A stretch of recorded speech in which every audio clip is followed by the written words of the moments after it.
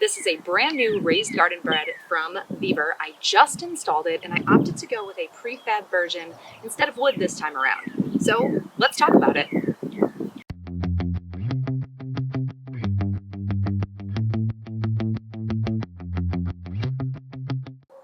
This is a big garden bed. It is from Vevor. It is made of steel and it comes in these modular pieces that you can assemble yourself. It actually came together really easily. But let me tell you why I chose this particular bed. I have other wood raised beds in my yard and they're really nice. They hold up well, but they're not going to last forever. And lumber is expensive. This piece right here comes in around $100 for this whole thing. And this is 2 feet tall. Plus it has the ties in the middle to hold it all together. You couldn't build this out of wood for the price that you could buy this for. I like the flexible steel that's on here. It's not super heavy and it actually came in a pretty small box. Everything is put together with wing nuts. It went together easily. It just took a little bit of time to do. When you take it out of the box, you're going to get all of these panels. There are some shorter panels that go on the side and these on these ends here, and these longer panels that are going to go on the sides. I took everything out of the box. I unpackaged it. Make sure that you take all the plastic off. There is a lot of plastic packaging that comes with this piece. Then I brought it outside and I started to put it together. I put it together on a sunny day and I wore gloves for a couple reasons. 1, the metal gets hot, and 2, there can be some edges on here that can be a little bit sharp. I didn't find anything that cut me, but I wasn't quite sure. So wearing some gloves can be beneficial.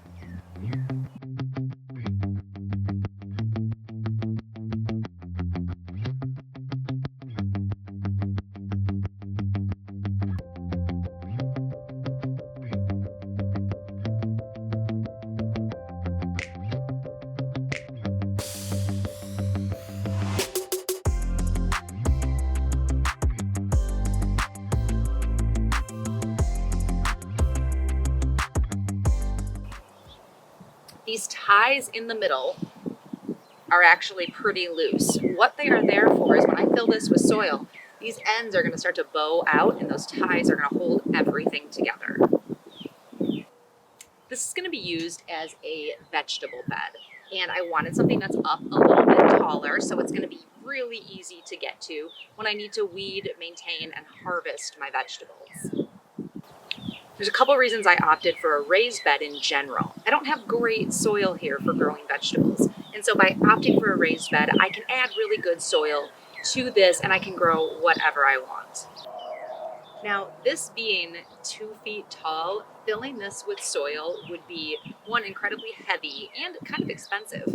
So I do have a video coming up on how to fill this, but I am not going to fill it to the top with potting soil or topsoil.